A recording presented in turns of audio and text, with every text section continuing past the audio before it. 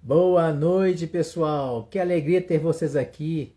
Meu nome é Wally Rodrigues, sou orientador e facilitador do programa Destrave Emocional. E hoje eu estou super animado para a nossa conversa.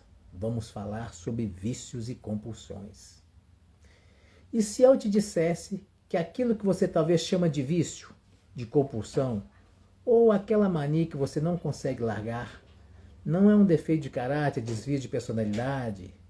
E se na verdade fosse um grito da sua alma, uma mensagem profunda que seu corpo e sua mente estão tentando te entregar? Então, hoje nós vamos mergulhar fundo nas raízes emocionais e espirituais dos vícios e compulsões, desvendando por que nós sentimos presos a certos padrões. E o mais importante, vamos entender como a ciência, a neurociência, pode nos ajudar a quebrar esses ciclos e construir uma vida de verdadeira liberdade. Quero sentir a energia de vocês aí. Enquanto vocês chegam, já vão pensando aí. Qual é o principal desafio que você quer transformar na sua vida? Qual é o principal desafio que você quer transformar na sua vida? Olhe bem aí. Nesse véu invisível da existência, cada alma, cada um de nós é um fio de luz intrinsecamente conectada ao grande tecido do universo. No entanto, muitas vezes essa conexão se obscurece e o eco de uma dor ancestral, o grito silenciado de emoções reprimidas, o peso de traumas não processados e as cicatrizes de abusos emocionais encontram um terreno fértil dentro de nós. Eles não permanecem apenas na nossa psique. Eles se enraizam profundamente, descem à profundeza do nosso ser e começam a somatizar no nosso corpo físico. Quando a dor da alma não é expressa, ela se manifesta no corpo, transformando-se dolorosamente ou em vícios ou em compulsões. A área da psiconeuroimunologia tem demonstrado exaustivamente como o nosso estado emocional e mental afeta diretamente a nossa biologia. Estudos do Gabor Maté, Dr. Gabor Maté, sobre traumas ou as pesquisas sobre experiências diversas da infância mostram a ligação clara entre traumas não resolvidos e a propensão a vícios, compulsões e doenças. E aí, Marília, tudo bem com você? Saudade, hein? Muito tempo, hein? Isso não é uma falha moral, é um complexo mecanismo de busca por alívio que o nosso sistema nervoso se desenvolve. Ele é fantástico, ele é o gênio da lâmpada. Do ponto de vista da neurociência, nosso cérebro, com seu poderoso sistema de recompensa, dopamina, é programado para buscar prazer e evitar a dor. Substâncias como drogas, álcool, cigarro ou comportamentos compulsivos como compras, jogos, sexo, comida, ativam a liberação da famosa dopamina, criando uma sensação temporária de bem-estar e prazer. O cérebro aprende assim: nossa, isso me faz bem, isso me faz sentir melhor, mesmo que por pouco tempo. E assim, o cérebro reforça a trilha neural desse comportamento, transformando-se em um hábito, uma rota de fuga do sofrimento interno que está por trás do vício. A PNL nos convida a fazer um reframe, ou seja, a mudar o quadro de referência. Em vez de ver o vício como uma maldição, uma fraqueza, uma maldade, vamos enxergá-lo como estratégias mal direcionadas para suprir carências profundas.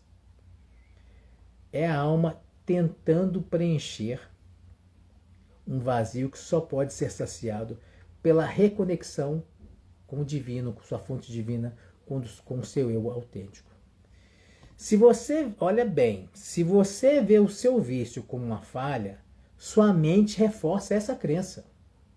Então, que tal começar a vê-lo como um sinal, um mensageiro que aponta para uma desconexão interna? Mudar a forma como você enquadra o problema já é o primeiro passo para a solução. Pense aí.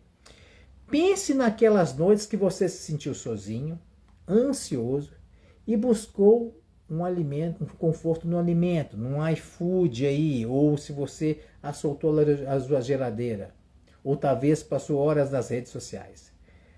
Aquele alívio momentâneo é a recompensa, a dopamina que seu cérebro busca. Mas qual é a dor por trás disso? Pensou aí? Agora eu quero abrir um espaço para vocês. Se algo ressoou ou surgiu alguma dúvida sobre essa ideia de vício, como um grito da alma, ou a relação com a ciência, PNL, mande uma pergunta aí, umas 2 ou 3, quem sabe eu posso responder, né? Posso te ajudar. Pode mandar. Então vamos lá.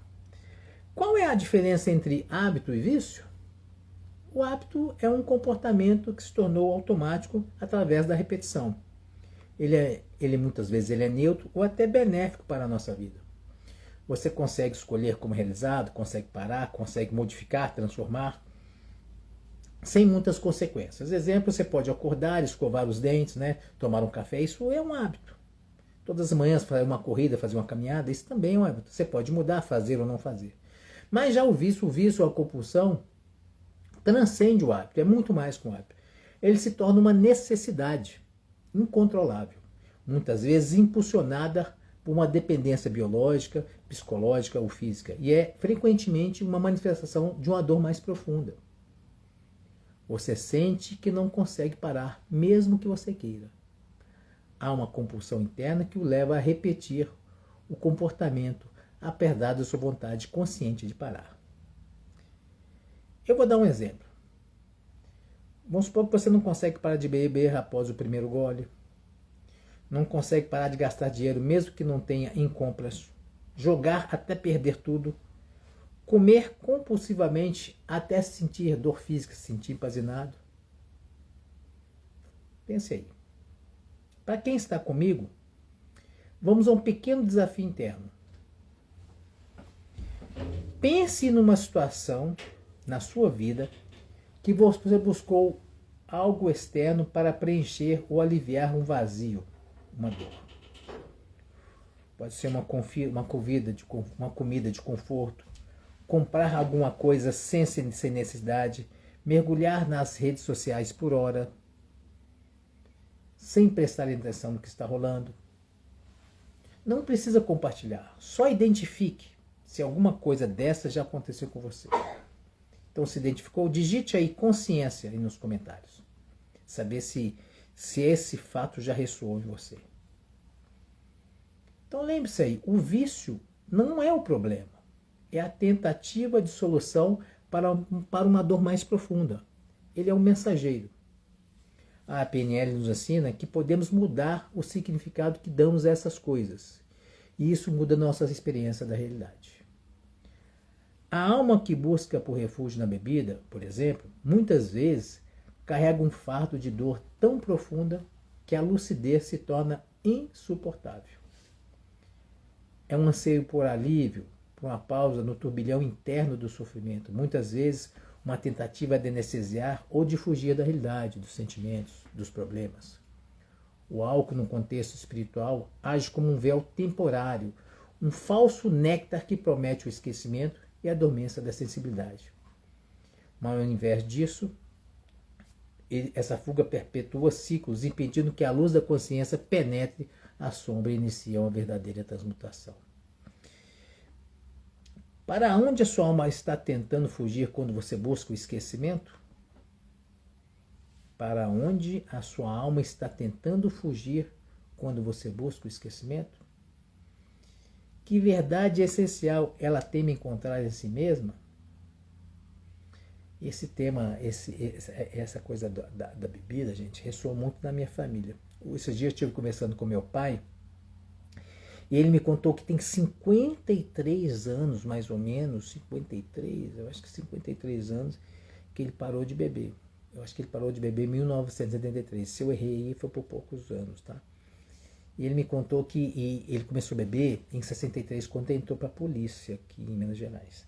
E ele tinha, com os amigos que iam almoçar, começar a tomar um aperitivo antes antes da comida. Era uma cachaça mesmo. Naquela época era só cachaça. E isso virou um vício para ele. Mas essa parte ainda não foi pior. A parte pior foi que quando esse processo começou, a gente morava numa casa onde era a família do meu pai, tinha várias casas de aluguel. E a gente morava lá. E num determinado dia que papai saiu para viajar pelo trabalho, nós ficamos lá com minha mãe, né? Eram 3 meninos pequenos e minha mãe. Veio um tio nosso que eu também não conheci, né? Porque eu era muito pequeno. Ele foi e despejou a gente da casa. Tirou a gente de lá, pôs as coisas para fora e tudo. Aí uma tia, uma outra irmã dele acabou ajudando a gente. Então quando ele chegou, gente, ele viu aquele impacto, aquela incapacidade de poder suprir aquela necessidade da família e pelo problema com o irmão, ele mergulhou profundamente na bebida. Profundamente, e acabou com ele, né? Até um ponto de alguns anos depois, ele pediu ajuda para minha mãe, falou assim, me ajuda a sair dessa bebida, que eu não consigo sozinho. O que aconteceu? Minha mãe foi, levou ele no departamento médico da polícia, na época tinha um departamento médico da polícia, né? E eles foram internaram ele por 21 dias. Ele fez um desintoxicação, tá ali. E logo depois o médico falou assim, olha, você precisa entrar num lugar que pode te ajudar, que chama Alcoólicos Anônimos, aqui chama AA, né? E ele foi até lá, eles indicaram, as pessoas levaram ele, né? E lá ele aprendeu uma coisa fantástica. Ele aprendeu o seguinte: deram para ele uma fichinha amarela, tipo um botão de camisa um pouco maior, tipo uma moeda. Ele segurava na mão assim, né? E ele não podia quebrar aquela ficha, né? Ele não podia quebrar como é que ele faz? Como se tivesse assim um contrato, um trato que ele fez com eles para não beber, né? Ou seja, evite o primeiro gole. Então ele saía dali, né? Passava perto de um bar lá que tinha lá perto, né? E pedia uma cachaça. Olha, ele já sabia fazer uma âncora, né? Uma âncora da PNL. Ele já sabia, sem saber, ele já sabia fazer isso. Então ele punha a cachaça ali, apertava essa moeda na mão e cheirava a cachaça. Fez isso durante muito tempo. Até que um dia o cara do bar perguntou, você vem aqui, você paga a cachaça, vem aqui e não bebe, por que você faz isso? Ele falou, olha, é porque eu tenho consciência que eu sou alcoólatra. Então, para eu poder evitar o primeiro gole, eu venho aqui e seguro essa moeda que eles me deram aqui, ó, e eu cheiro a bebida para saciar a minha vontade. Olha que fantástico. Ele já criou aí um outro caminho neural para substituir aquele caminho que era o vício. Aí ele aprendeu uma coisa lá fantástica, que ele sempre fala aqui em casa, o seguinte: oração da serenidade. Ele sempre fala, isso ficou gravado na minha mente por muito tempo. Deus, concedei-me a serenidade para aceitar as coisas que eu não posso modificar. Coragem para modificar aquelas que eu posso. E sabedoria para distinguir uma das outras. Olha que fantástico. Ele já sabia sair da fez ancoragem e conseguiu sair. Isso é muito fantástico, né? Já a busca pela droga sob uma ótica espiritual pode ser entendida como a ânsia por uma experiência transcendental, ou seja, a busca de aliviar, de abrir um portal e sair do outro lado, por uma conexão de vida normal que parece não oferecer. É a ilusão de que o êxtase químico pode substituir a autêntica comunhão com o divino ou a transcendência da própria consciência. A droga oferece um atalho para a expansão da percepção, mas é um caminho que leva a um beco sem saída, mascarando a sede genuína por uma conexão espiritual mais profunda e autêntica. A sede da nossa alma por algo mais, por uma experiência que vai além do cotidiano, que preenche um vazio essencial, ou que proporcione uma sensação de unidade e plenitude que falta na realidade percebida. Para algumas pessoas, a droga traz a promessa de uma unidade e pertencimento, a ilusão de que está conectado a algo ou alguém, mesmo que momentaneamente. Imagine se a sua alma pudesse se conectar diretamente com a fonte, com Deus, com a fonte do amor e do conhecimento. Ela ainda sentiria a necessidade de buscar a transcendência em artifícios externos? O que essa busca por mais realmente esconde? O que ela esconde, né? Qual a dor que ela esconde?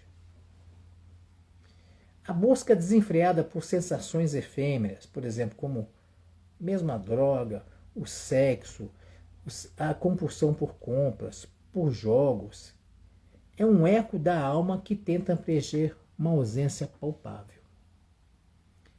É a ausência do amor próprio, do amor incondicional, de conexões genuínas que nutrem o espírito, ou de um propósito da alma que dê sentido à nossa existência. Essas compulsões tornam-se rituais vazios, repetições mecânicas de um ciclo que promete plenitude, mas somente entrega apenas um vazio ainda maior após aquela efêmera satisfação. A energia vital destinada a manifestar o potencial divino é dissipada em fugas que não levam a lugar algum. É uma busca incessante para preencher um buraco que parece não ter fundo e que nunca vai ser tampado por coisas externas. Por mais que você tenha compulsões, por mais que você compre as coisas, mesmo que não utilize, seu guarda-roupa está cheio de coisa e você continua, você tem que perceber que tem alguma coisa por trás. E ele só será preenchido quando houver a conexão profunda com o seu eu interno, com quem realmente você é. Cara, é simplesmente a aceitação quem você é, a sua vida como você veio. Então eu vou te perguntar, qual vazio em sua essência você está tentando preencher com esses seus impulsos? O que o medo, da inquietude, da introspecção impede que você descubra sobre a sua própria capacidade de amar e ser amado verdadeiramente? O que isso está fazendo te esconder? Eu lembrei esses dias, cara, de uma coisa fantástica, né? E eu tinha uma compulsão por roer unhas e tive isso por décadas. Só que eu achava que era uma coisa simples, né? Eu não cortava unha, eu não fazia unha, eu cortava com os dentes, assim. Fiz durante muito tempo, décadas de vida. Assim, como é que uma programação de décadas de vidas pode ser resolvida? Esse é o projeto do Destrave Emocional. Então, o que eu fiz durante um bom tempo? Eu revisitava minhas histórias, ressignificava elas, acompanhava elas, e sem perceber como você buscava uns outros caminhos, outras soluções, essa apareceu. Olha só, eu não sabia que roer as unhas era um ato de cortar as garras para não arranhar alguém, porque de repente em algum momento da minha vida ou fui repreendido pela mãe, pelo meu pai, eu tive raiva deles, alguma situação, e ao invés de querer arranhar eles, eu roía as unhas. Era um ato de defesa, né? De não querer agredir. Então, nesse caminhar da minha história, de rever a minha história, ressignificar, de sensibilizá-la, cara, eu nunca mais roía. Quando eu percebi, minhas unhas já estavam grandes e eu corto unha a cada 15 dias. Isso nunca tinha acontecido. Eu roí as unhas por simplesmente o ato de roer. Mas foi fantástico, né? Já a comida, que deveria ser fonte de nutrição e prazer, torna-se um substituto para o acolhimento da própria alma e para a nutrição espiritual. A compulsão alimentar é o grito silencioso de uma alma que tenta preencher um vazio existencial, ou emocional com o físico. É a busca incessante por um consolo que só pode ser encontrado por amor próprio, por aceitação, na cura de feridas emocionais. O alimento, nesse contexto, é um abraço fugaz que a alma tenta dar a si mesma, mas que não alcança as profundezas da dor que clama por atenção. Então, que fome real olha só, gente, que fome real sua alma sente que a comida não consegue saciar? Você está disposta a olhar para o vazio interior e a nutrir essa parte de você com compaixão e presença, ao invés de buscar um preenchimento externo? Olha que fantástico. A boa notícia, gente, é que o nosso cérebro possui uma capacidade incrível chamada neuroplasticidade. Isso significa que mesmo que seu cérebro tenha criado trilhas neurais para os vícios e compulsões, ele pode criar novas trilhas para novos caminhos e novas saídas. É como uma estrada que está já difícil, esburacada, a gente cria um atalho, uma estrada nova. As pesquisas mostram que práticas como meditação e a terapia comportamental são capazes de literalmente remodelar as áreas cerebrais relacionadas ao autocontrole e à regulação emocional. Para promover essas mudanças, a neurociência aponta para a importância de interromper o ciclo do hábito. E o que é isso?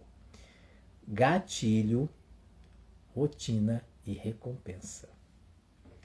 Se o gatilho é o estresse, que leva ao vício, a rotina é o vício. Precisamos substituir essa rotina por algo mais saudável que ofereça uma recompensa similar, ou seja, sempre a dopamina. Aqui a autorregulação emocional é uma opção. Precisamos aprender a sentir as emoções sem fugir delas, permitindo que o nosso córtex pré-frontal, responsável pelo planejamento e tomada de decisões, assuma o controle do sistema límbico, as emoções. Na PNL, acreditamos que todo comportamento tem uma intenção positiva por trás, mesmo um vício. A intenção é sempre atender a uma necessidade. Sua alma busca sempre por conforto, conexão e alívio. Então pergunte, qual a intenção positiva por trás desse comportamento, por trás desse vício que eu quero mudar? O que ele tenta me dar? O que ele tenta me avisar? Ao identificar a intenção, podemos buscar outras formas mais saudáveis e alinhadas com a sua verdade e poder satisfazê-la. Uma técnica simples que eu te falei aqui, ó, é a ancoragem, que eu falei do meu pai no vício da bebida. Vou dar um exemplo. Pegue você, lembre um momento, associe um momento seu de paz, de satisfação, de bem-estar. Feche os olhos aí, imagine um momento seu de bem-estar, de satisfação e felicidade que você já teve. Um momento de muita alegria, de felicidade. Pode ter sido o seu casamento, pode ter sido a sua faculdade, a formatura, pode ser uma festa, o seu aniversário de 15 anos, qualquer coisa. Foi fantástico para você? Então, nesse momento, na hora que você tiver essa imagem da felicidade que você teve, de um momento de bem-estar, toque uma parte do seu corpo. Por exemplo, toque o polegar com o dedo indicativo. Toque os dois. Então, no momento que você sentir esse bem-estar, você traz essa imagem para você, você toca esses dedos. Então, então pega aí. Então, quando o gatilho do vício aparecer, ative essa âncora aí, ó, de bem-estar e prazer, profundamente, lembrando da sua intenção real. Então, respire profundamente, lembre da intenção real e aperte os dedos. Isso é ancoragem. Isso é muito poderoso. Toda vez que você que tem um vício aí e quer tentar libertá-lo, isso é um processo muito grande de criar uma satisfação tão boa que você já teve, você já tem ela e ela já gerou dopamina para você, você vai substituir um pelo outro. Percebeu? Agora vamos mais uma aqui. Agora essa visualização também muito poderosa. Feche os olhos por um instante. Você que está assistindo, feche os olhos por um instante. Respire profundamente. Mais uma vez. Imagine-se você num futuro próximo. Imagine você no futuro próximo muito bem, livre do seu comportamento, ou do seu vício, ou da sua compulsão. Imagine-se livre, sentindo-se muito bem, se sentindo plena, realizada. Tem essa imagem na cabeça? O que você vê nesse futuro próximo? Imagine-se você lá, feliz e bem, bela, sem compulsão alguma, sem vício algum. Como você se vê? O que você ouve? O que você sente em seu corpo? Se veja como você quer estar no futuro. Sinta, perceba os detalhes da sua casa, onde você está, se é num parque, se é numa viagem, na praia. Se veja lá do jeito que você quer. Com bastante detalhe. Sinta, viva essa cena. Isso é uma ferramenta poderosa para programar seu cérebro para o sucesso. Você pode fazer isso várias vezes. Cada vez que você fizer, cada repetição que você fizer, você cria uma trilha neural de também satisfação de dopamina. Vou dar um exemplo. Uma pessoa que usava compras compulsivas para lidar com a ansiedade social, ao invés de lutar contra o impulso, ela sabia que ela tinha um impulso, e ao invés de ela lutar contra o impulso, lidar com o impulso de compra, ela identificou que a intenção positiva era sentir-se valorizada e reconhecida. Então, ela começou a investir o seu tempo em comunidades digitais online que traziam temas que ela amava, que ela sentia genuinamente aceita, se sentia confortável, se sentia acolhida. O que aconteceu? O impulso de compras diminuiu drasticamente, porque a necessidade subjacente já estava sendo suprida de uma forma mais autêntica, ou seja, substituiu um estudo online por coisas que faziam bem para ela, para satisfazer e substituir pela satisfação que ela tinha, que ela sentia bem através de compra. Olha que fantástico. Ela também usou uma outra técnica, tá vendo? Substituiu um impulso, gerou dopamina do mesmo jeito, que a gente precisa dela, e saiu da compulsão das compras. Então vamos recapitular aqui. Os 3 primeiros passos. Lembre-se, o vício não é uma falha moral, mas um grito da alma por reconexões, por trazer do vazio interno. Então você tem que tratar o vício como um mensageiro, ele está te dizendo alguma coisa. Segunda, o seu cérebro é neuroplástico, ou seja, você tem o poder de reescrever seus padrões. Entenda os gatilhos, mude a rotina e encontre novos sistemas de recompensa. Foi um dos exemplos que eu te dei aqui. Você pode buscar novos sistemas de recompensa, substituir um vício, uma compulsão por uma outra coisa mais saudável, que gere também a dopamina. E um ponto que não falamos aqui, gente, vou falar agora, o terceiro é a rendição à consciência. Nós somos consciência pura, o divino. E é o primeiro passo e mais fundamental para a cura. Olhe para a sua dor com compaixão, não com nenhum tipo de julgamento. E pergunte para você, o que essa dor está tentando me ensinar? O que ela quer me mostrar? Onde eu tenho que modificar? Onde eu tenho que me aceitar? Bem, gente, é com esse olhar que o Destrave Emocional vemos a verdadeira transformação acontecer. Quando você quando você se permite sentir sem julgar, o caminho da cura se abre.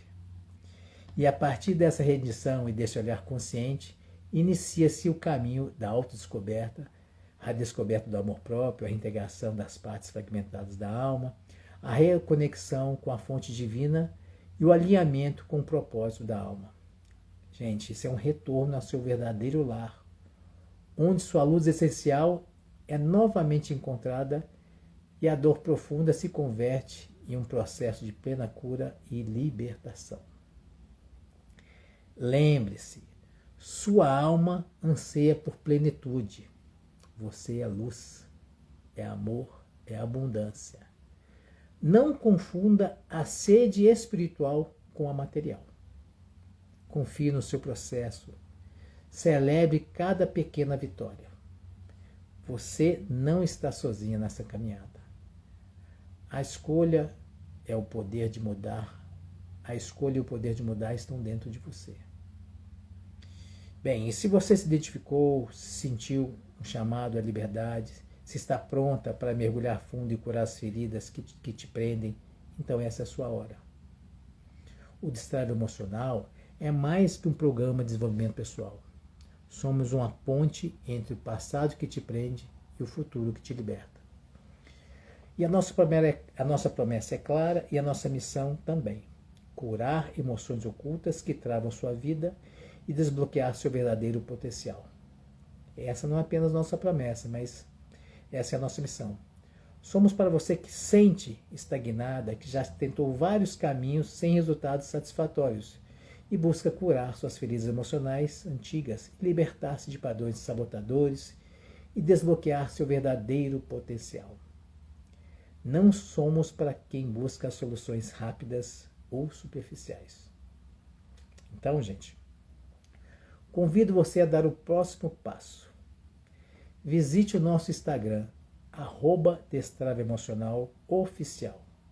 Nos siga e entre em contato para saber como podemos iniciar sua jornada de destrave emocional.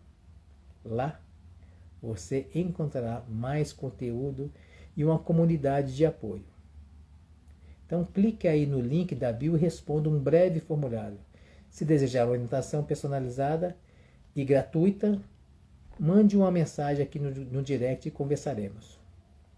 O primeiro passo é sempre o mais difícil, mas o mais recompensador. Você não precisa fazer isso sozinha. Estamos aqui para você. Permita-se curar. A sua verdadeira liberdade espera por você. Então, muito obrigado por cada um de vocês que esteve aqui nessa noite.